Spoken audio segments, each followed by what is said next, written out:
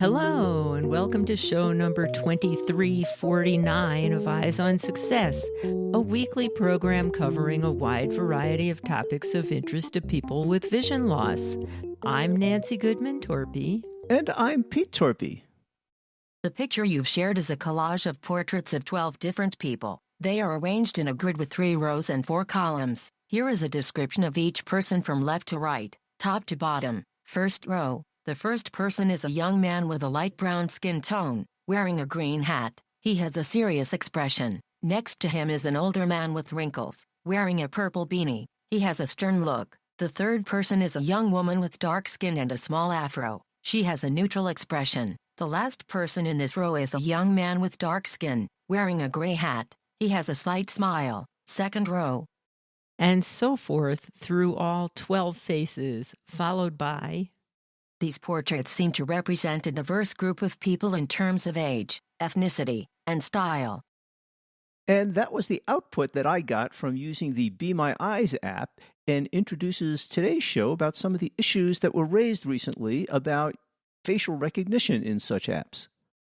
The Be My Eyes app now offers users their choice of whether to work with a sighted volunteer, an AI bot, or specific people in their own group of friends and family. We'll talk with founder and CEO Hans Jørgen Wiberg about these various options, as well as recent privacy issues around facial description and recognition. But first, for our tip of the week. This week's tip is a very practical one from Hans Jørgen Wiberg.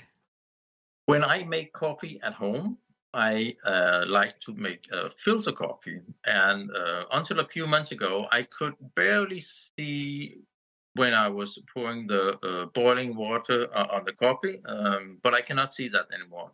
So I took a cork and I put a stick into that cork, and now I can feel how much water is in the filter without hurting my fingers or anything.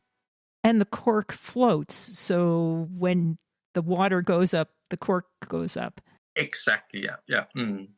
Well, and the best part is, if that cork breaks, you just have to drink another bottle of wine. Yeah, that's right. Maybe I should be a little more rough on it. So.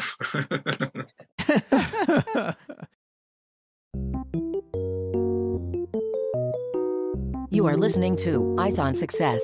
Success, success, success, success, success. Let's start by meeting Hans. Well, today's guest has been with us on the show several times before, but for those who may not know you, can you tell us who you are, Hans, and tell a little bit about what you do? I'm happy to do that. Thank you. And thank you for having me. My name is Hans Jørgen Wiberg, and I am the founder of Be My Eyes. I live in Denmark, and I am almost blind myself. I have been working on Be My Eyes since 2012, together with my amazing team. We are based partly in Denmark, where I live, and then we have a number of people in the US, and we have one working from Finland. So we are very international. Support for Eyes on Success is made possible in part by our corporate partners. Find out more about partnership opportunities by sending an email to hosts@eyesonsuccess.net. This week's focus topic is recently raised privacy issues around facial description raised by the recent incorporation of AI into Be My Eyes, as well as the even newer option to request sighted assistance from specific people in your own group of friends and family. Well, Hans, we have a lot to talk about today, in particular the new Be My AI feature that you introduced several months ago, and we talked to you about several months ago. And I wanted to make people aware of all the accolades you've gotten recently for that feature and the press you've gotten. Can you talk a little bit about that? That must be pretty exciting. We have gotten tremendous interest about Be My AI. And super short to tell what it is. It's a part of Be My Eyes where you take a photo and you get a description of the photo back. And the description is provided by OpenAI. And it's totally amazing how detailed these descriptions are.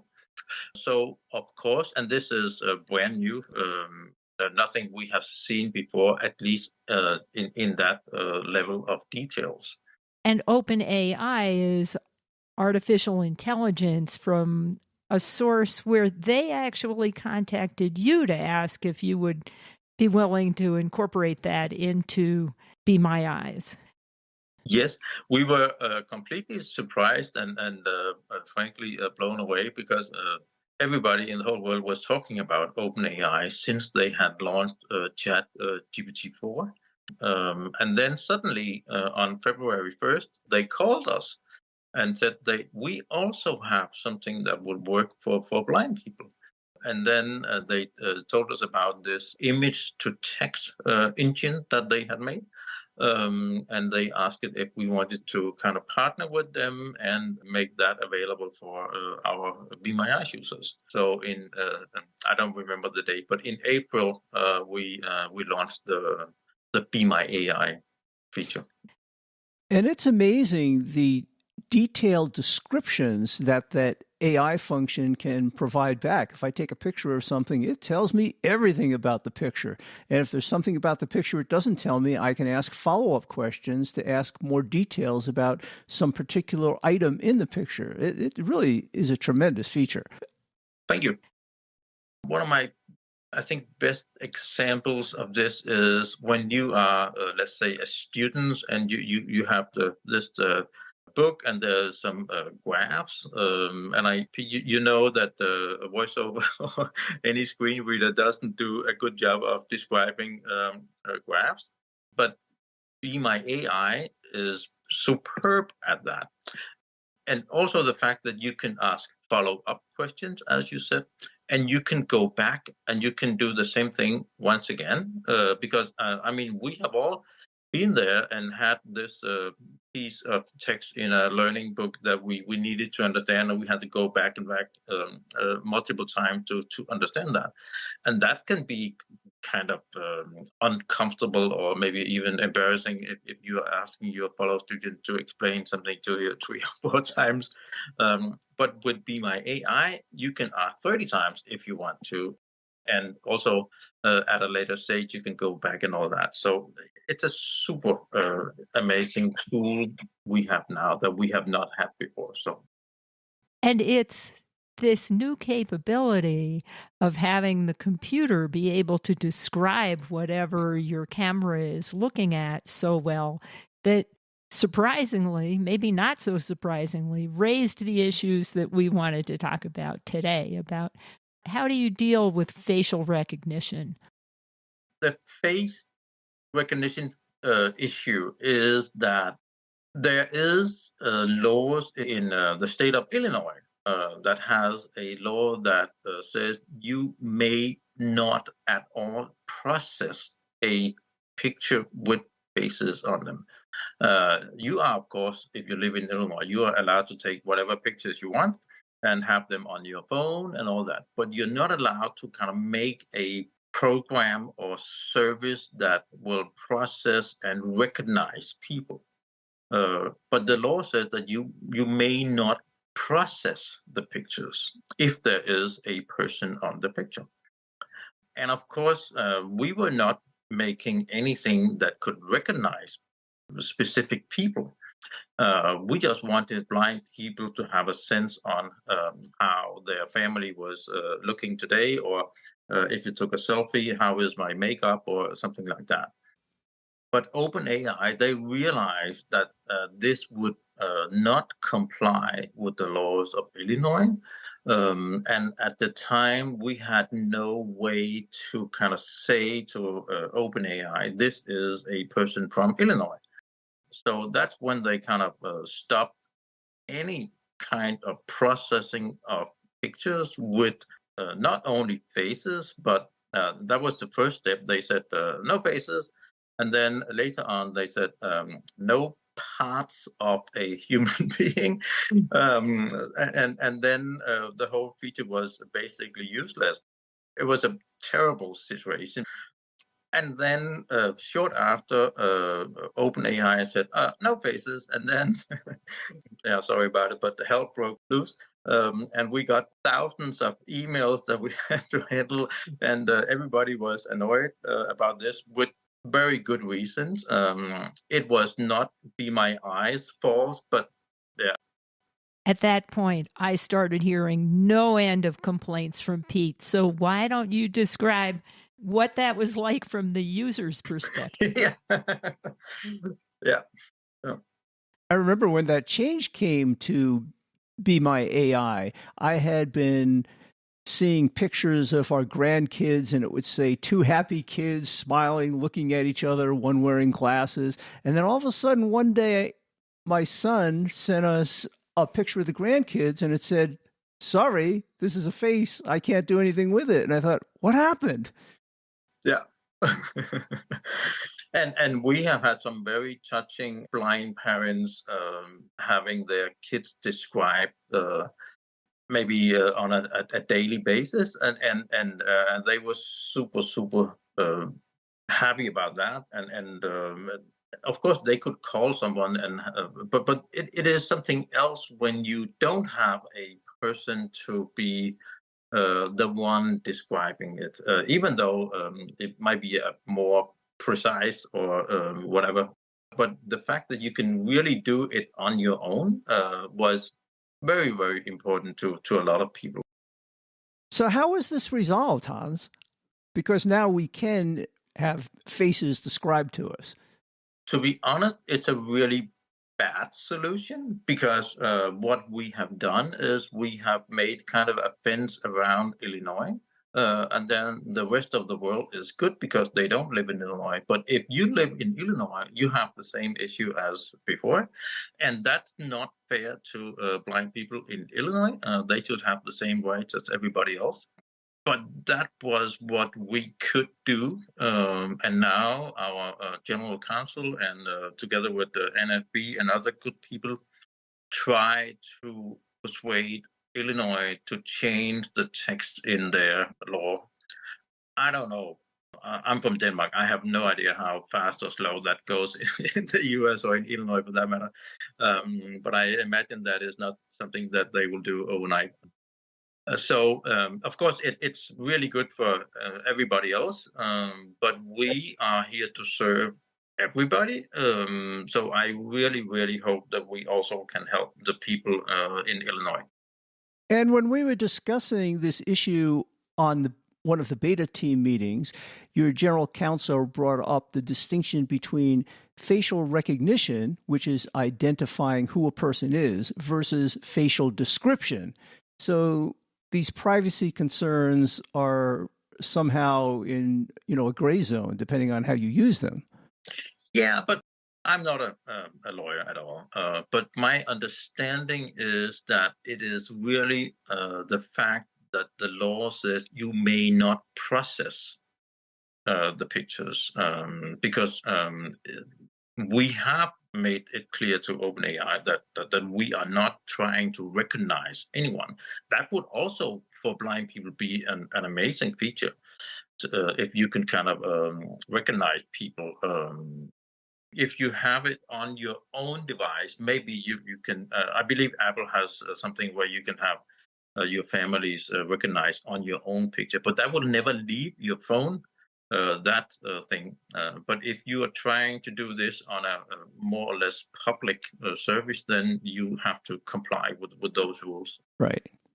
And of course, it's also, describing human beings is also kind of a very delicate matter, because if somebody is very, very short or very, very overweight, or how do you describe that so you don't offend anybody? And also the gender is not maybe that easy as it used to be in the old days.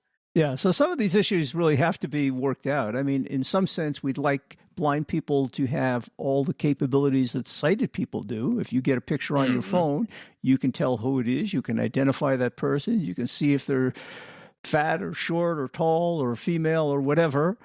And so hopefully we can come to some kind of accommodation where blind people around the world can get the kind of access they need and they deserve. Yeah.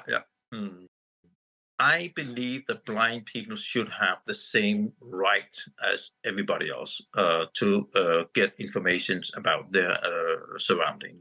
But it is a different situation when you get it on writing and you can share that writing with social media and all that. And then suddenly OpenAI and Be My Eyes is the bad guys telling people that this person is fat or short or whatever. Right. Because what you as a sighted person is thinking about other people, I mean, you can keep that for yourself, or you can talk about it in the family when everybody has left the room and so on.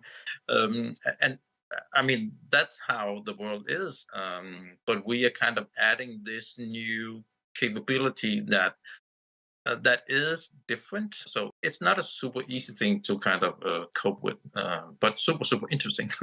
Well, we will all have to learn how to deal with new technologies as we've had to deal with new technologies in the past. That's right. Yeah. Speaking of privacy issues, one of the neat features about AI is some people feel a bit timid about using a sighted human volunteer, and AI sort of makes some people feel that they're more private and not sharing their information with others, but that doesn't work for everybody. And I understand you have a new feature that accommodates some of these issues about privacy and who you'd like to share your information with, who you feel comfortable sharing your information with. Can you talk about that new feature? Yes, I can. It's called Groups. And that is kind of the headline. And then the first thing we will be rolling out is, I believe we will call it Friends and Family. And that is where you, as a blind user of Be My Eyes, you can create a small or up to 50 people maybe group of people you know and trust, and then you can place a call to that group. You don't have to think about who is at work and did I call my sister yesterday, or you can simply make this group and then you just press the button and Be My Eyes will find someone who is available among your private group. And then you can ask them whatever questions you want that you don't want to share with a stranger, which is our volunteers are, of course, strangers. And that can be basically anything. Or if you just don't feel comfortable talking to strangers, but you don't like to kind of sit down and make a number of calls until you find some of your friends and family who is available. And you can also make groups for specific things. Let's say I live in this super small town and there is one shop. And I have maybe 10 or maybe a little more friends and family who know that job, then I can make a group called the same name as the shop, and then I can just press that button, and then someone who also know or kind of knows that shop will be my assistant when I'm out shopping. That could be one thing. Or I have some super tech-savvy friend, and then I have a computer issue, and then I could make all kinds of group or cooking or whatever groups you can make, and then add the specific friends and family to that group. And you can even, if you are two blind persons living together, you can share a group. So you can have a number of blind people using the same group that is capable of doing a specific thing that you have in common. Or maybe you just know the same people, that could be. And we believe this will be a very powerful addition to Be My Eyes in general, because sometimes you just want to know who you're talking to, but it doesn't need to be a specific person. You just need to know them, or you like to know who they are. One of my colleagues came up with this idea that you, as a blind person, of course, can make these groups, But if you have a brother or sister, they can also be the one who help you manage the group because you need to type in the email, and that can be a little troublesome sometimes. But then when you have added one person, then that sighted person can kind of help you manage the group. You will, of course, always be able to kick people out or invite new people in, but you can also have a sighted friend who help you manage that group they are part of, and I think that's a good thing as well. That is fantastic. So each blind user is going to want to put a number of sighted assistants into this group.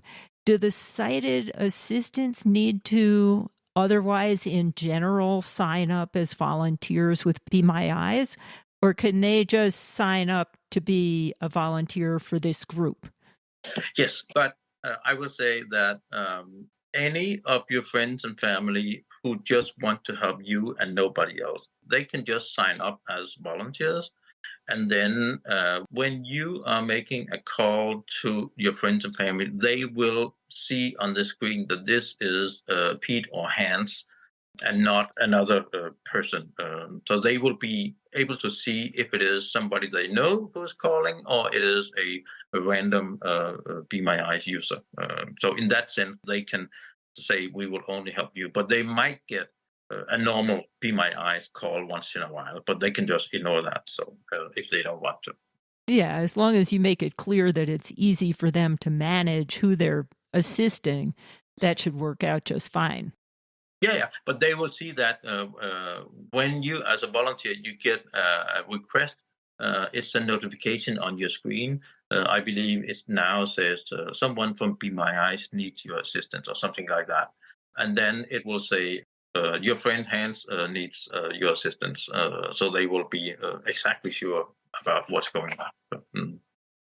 Well, congratulations for a great job. And you also have the opportunity to use it yourself. So it works for not only you, but everybody else. I do, yes. I think it's really, really important for, our developers, they are sighted, and we have Brian Basham, the former CEO of Lighthouse in California. He is also part of my team. So Brian and we are the blind persons on the team. And then we have this amazing beta tester group that you are part of as well. So we try to really engage blind people in the process, and not only me, but also it's very important that you have kind of new persons signing up and telling you how it is to do this for the first time, not knowing about Be My Eyes, because you very soon get kind of accustomed to something, and then you don't think about how is this for a totally new person that has never seen Be My Eyes before, and all that. So it's important that we kind of get fresh testers in who can tell us the truth about what we are doing. And you know how much we have changed the Be My AI based on the feedback we got. We have not followed all the instructions you gave us, but we have absolutely improved the Be My Eyes functionality and the way it works a lot. And we have a list of things that we need to do. We are right now we are building the Android version. Globally, half our users are on Android, and right now you can only use Be My AI on iPhone.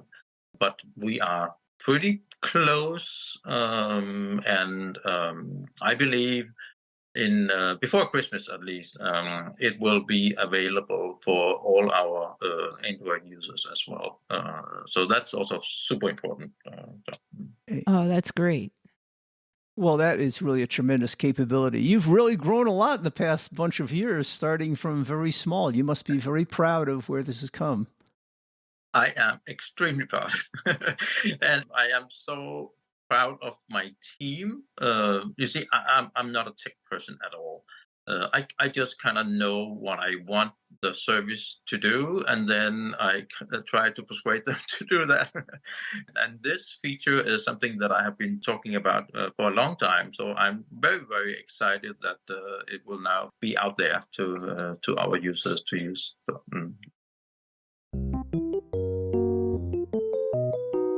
You are listening to Eyes on Success. Success, success, success, success, success. Now for this week's final item, how to learn more about Be My Eyes, how to get it, and how to contact the team, including Hans Jørgen Wiberg. Well, Hans, if people want to jump on the bandwagon and start to use the Be My Eyes app, how would you suggest they do that? I think the best place to start would be our website. If you go into bemyeyes.com, and then you can read about what we are doing, and there's also a link to the App Store and so on. You can, of course, also just go into whatever App Store you're using and search for Be My Eyes, and then download the app, and you will get instructions on how to get started. And if you have questions, you're more than welcome to send an email to info@bemyeyes.com. And as usual, you can find all of that contact information in the show notes associated with episode 2349, which is this episode, at www.eyesonsuccess.net. We'll also have links in the show notes to 2 previous episodes we did with Hans about Be My Eyes, and you might want to listen to those because they're very interesting too. And there's also additional contact information in the show notes that weren't in the audio. So check out those show notes. They can be a useful resource. We also wanted to mention that we have some special shows coming up that you might enjoy in the beginning of next year, so in about a month. We have Glenn Gordon, who is the host of the FS Cast from Freedom Scientific, interviewing me in one episode and Nancy in the next episode about our careers at Xerox and how we started the show. And it's a little bit different. I think you'll enjoy it. He did a super interview of both of us. And we've done a number of shows where we talk about our show and our involvement in the show and what we do to make the show every week. But these 2 episodes will be introducing you to other facets of each of us. That's it for today's show. Next week on Eyes on Success, we'll be talking about Uber. Visually impaired people making use of a ride-sharing service may have unique concerns such as the accessibility of the service, safety, accommodations for a guide dog, etc. We'll talk with Brianna Gilmore and Chris Yoon from Uber about how Uber addresses those concerns through its commitment to providing equal access to movement for everybody. And that turned out to be a very interesting interview, and I learned a lot about Uber myself. So thanks for joining us this week, and we hope you'll join us for next week's episode. You've been listening to Eyes on Success, hosted and produced by Nancy Goodman Torpey and Peter Torpey. You can access the full archive of previous shows, subscribe to the podcast, and much more by going to our website, www.eyesonsuccess.net. If you have questions about anything you've heard on the show or have suggestions for future shows, send an email to hosts@eyesonsuccess.net. Thank you for listening and have a nice day.